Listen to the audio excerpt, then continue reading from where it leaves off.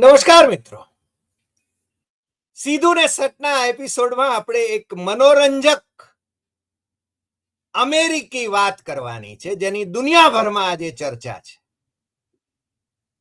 એક ટ્વીટ એક નોવેલિસ્ટ, horror writer એ tweet કરે છે અને અમેરિકામાં જ નહીં પરંતુ દુનિયાના અંગ્રેજી અખબારોમાં એની ચર્ચા જોરશોરથી ચાલી રહી છે.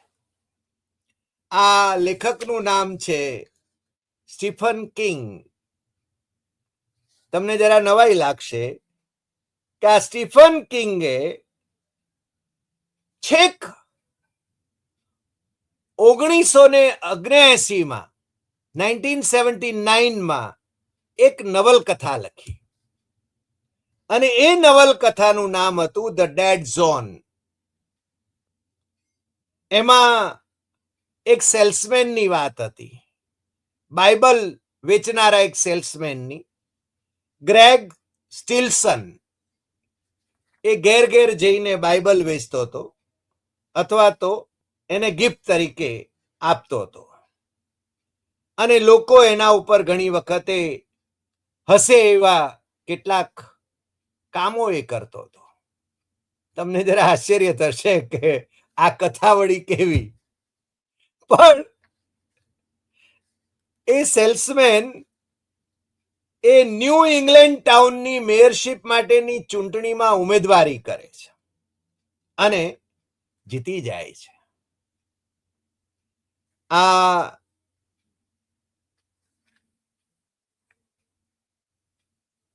ભાઈ શ્રી સ્ટીફન કિંગ એમને 1979માં એમણે જે નોવેલ લખેલી, એ નોવેલનું આ જે પાત્ર હતું એ પાત્ર એમણે અત્યારના જે ડોનાલ્ડ ટ્રમ્પ છે એમને વિશે એમને કેન્દ્રમાં રાખીને એ પાત્રને ઉપસાવ્યું હતું. એ વખતે ડોનાલ્ડ ટ્રમ્પ સામાન્ય રાજકીય કાર્યકર્તા હતા. એ પ્રેસિડેન્ટ થશે એવી કલ્પના કદાચ સ્ટીફન કિંગને પણ હશે કે કેમ એ સવાલ છે. પણ એ બબ્બે વખત એ પ્રેસિડેન્ટ બને છે અને અમેરિકામાં એ ચર્ચા છે કે આ માણસ જે એમણે કહ્યું હતું કે એ પછી એનો એક હીરો પણ એમાં એ નોવેલમાં ધ ડેડ ઝોનમાં છે, એનું નામ પાછું આપ્યું છે જોની સ્મિથ. અને એ જોની સ્મિથ એ અને સ્ટીલસન, આ બધા એની અંદર એ જોક અને લાફ ને એ બધું, એટલે ટૂંકમાં હસવાનું ને એ બધું આવે છે અને એ છે ને વ્હાઇટ હાઉસ સુધી પહોંચે છે. He realizes that someday Stilson is going to laugh and joke his way into the White House, where he will start World War III.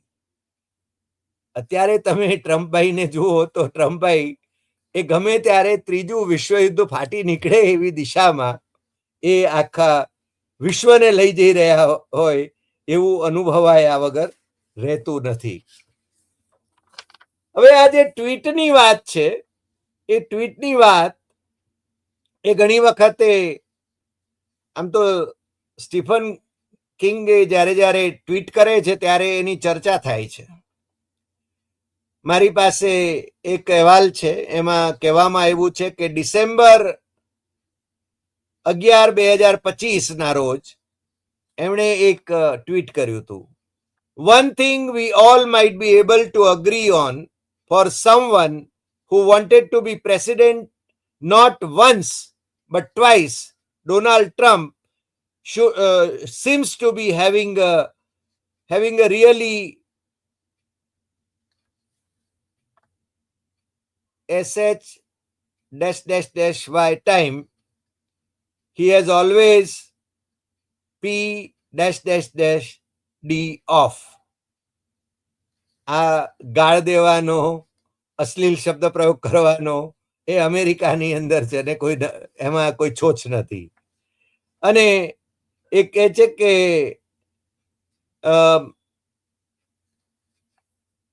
Stephen કિંગની આ જે ટ્વીટ હતી એ ટ્વીટ એ એમના ટેકેદારો અને ટીકાકારો એ બંનેમાં ખૂબ વાયરલ થઈ હતી. હજારોના રિએક્શન્સ એમાં આવ્યા હતા. મારે આ ટ્વીટની વાત નથી કરવી, હજુ મારે જે ટ્વીટની વાત કરવી છે એ આવે છે. 2016માં એમ કે ટ્રમ્પ જીતી જશે એવી એમને લગભગ ખાતરી હતી. 2024ની રાષ્ટ્રપતિની ચૂંટણી એટલે કે પ્રેસિડેન્શિયલ ઇલેક્શનમાં કિંગે publicly vice president Kamala Harris એમને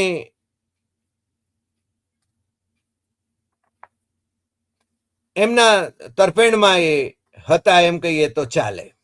અને એમનો રાજકીય જે મત હોય છે એ છુપાવતા નથી હોતા. અને ટ્રમ્પભાઈ જીતી ગયા અને એ કહે છે કે 4 year સાયકોલોજીકલ હોરર ઓપેરા શરૂ થયો એમ કહીએ તો ચાલે. પણ આ જે ટ્વીટ એમણે કર્યું છે, આ ટ્વીટ કર્યું છે ગઈકાલે જ. મેં તમને આના વિશે વાત નહીં કરી ભાઈ શ્રી સ્ટીફન વિશે, કે એ આમ તો અત્યારે એમની ઉંમર હશે 74 વર્ષની. હા, 74 વર્ષના છે. 21મી સપ્ટેમ્બર 1947ના જન્મ, સોરી 78 વર્ષના છે. અને પોર્ટલેન્ડમાં એ જન્મ્યા છે. અને એમના બીજા પેટનેમ પણ છે, રિચાર્ડ બેચમેન, જ્હોન સ્વીધેન, બેર્લિન ઇવાન્સ, આવા બધા. એમનો વ્યવસાય છે ને એ લેખક તરીકેનો છે. અમેરિકામાં લેખકો એ વ્યવસાય તરીકે સ્વીકારી શકે છે. ભણ્યા તો માત્ર ગ્રેજ્યુએટ છે યુનિવર્સિટી ઓફ માઇનેમાંથી. અને એ 67થી લખવાનું શરૂ કર્યું. અને એમની ઘણી બધી નોવેલ્સ એ બધું છે. એમના પત્ની અને બાળકો પણ નોવેલિસ્ટ છે. એટલે કે આખો પરિવાર, એમના 3 બાળકો છે. એ પણ એમાં 2 તો પાછા નોવેલિસ્ટ છે.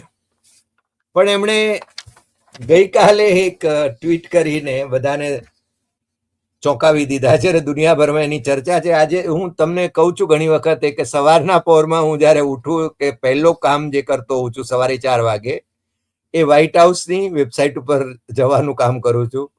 પછી ફોક્સ ન્યૂઝ જોઉં છું, CNN ન્યૂઝ જોઉં છું, BBC જોઉં છું.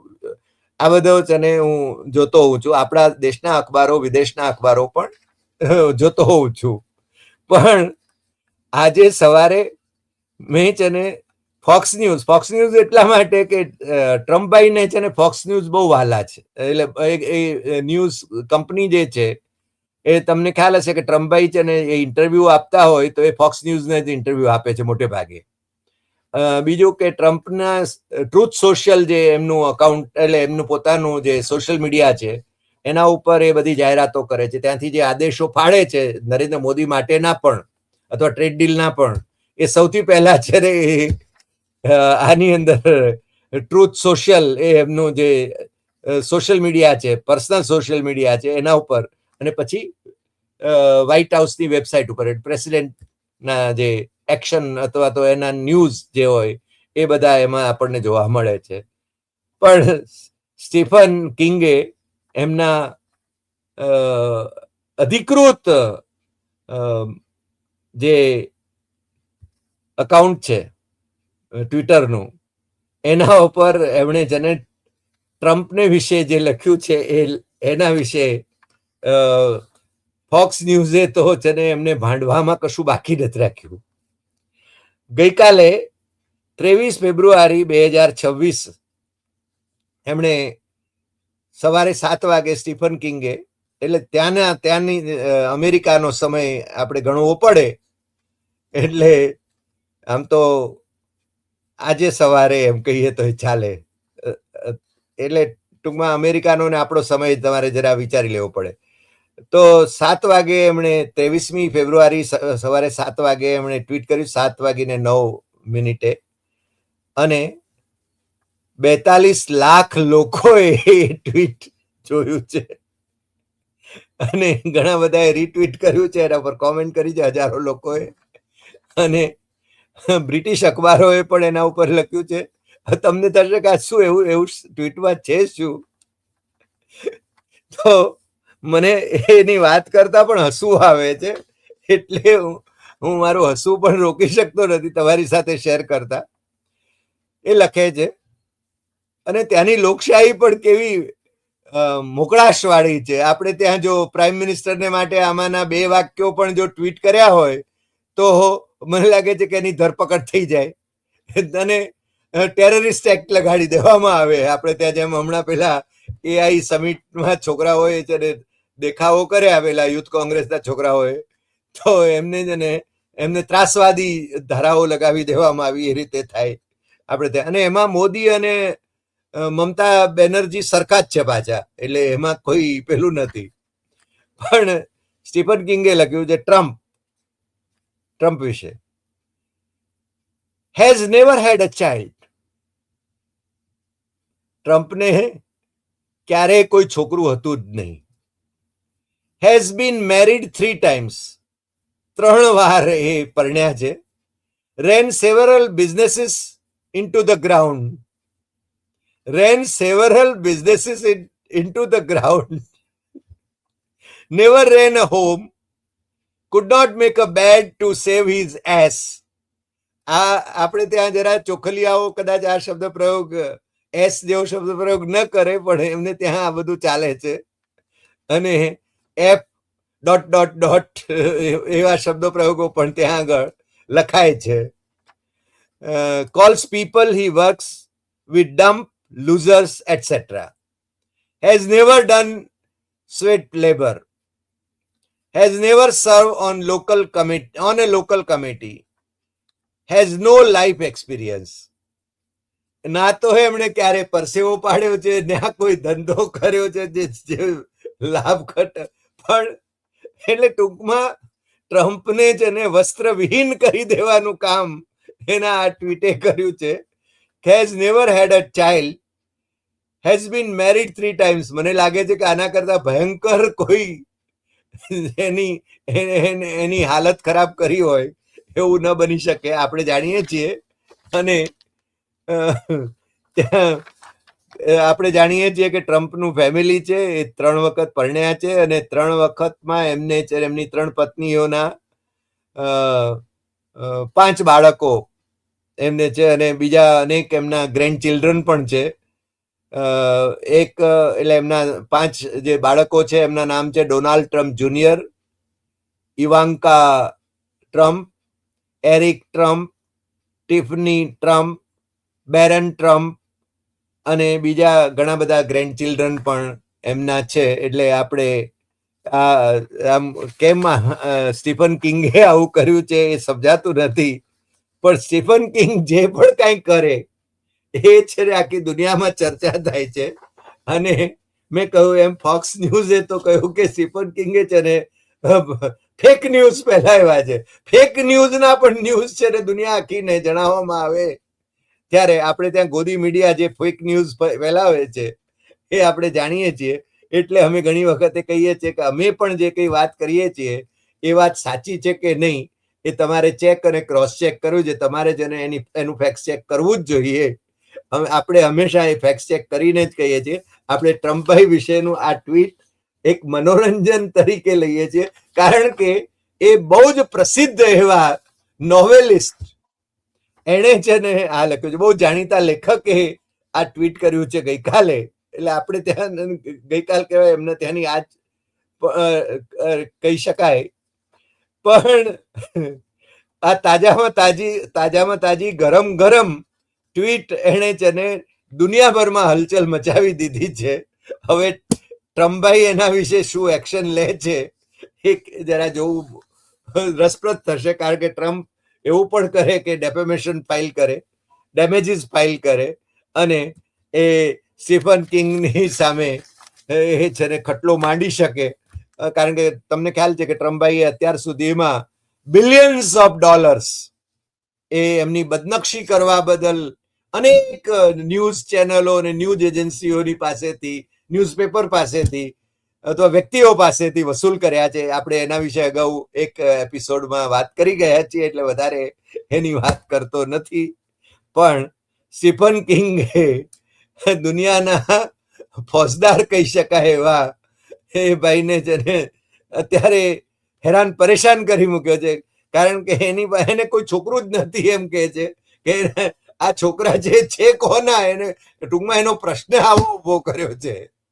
એટલે પણ આપણે એને થોડોક લાઇટર ટોનમાં લઈએ. સ્ટીફન કિંગે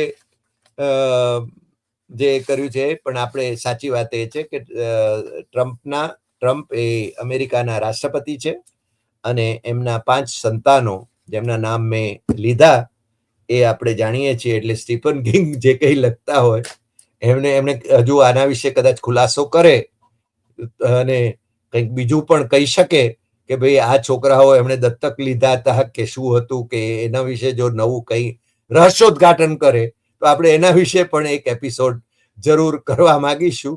અને તમને પણ કદાચ એ એપિસોડ જોવામાં મજા આવશે. આ એપિસોડ તો તમને ગમ્યો જ હશે, કારણ કે આટલો હળવો ફૂલ એપિસોડ એ ન ગમે એવું બને નહીં. આજે આટલી વાત. ફરી મળીશું નવા એપિસોડમાં નવા વિષય સાથે. નમસ્કાર.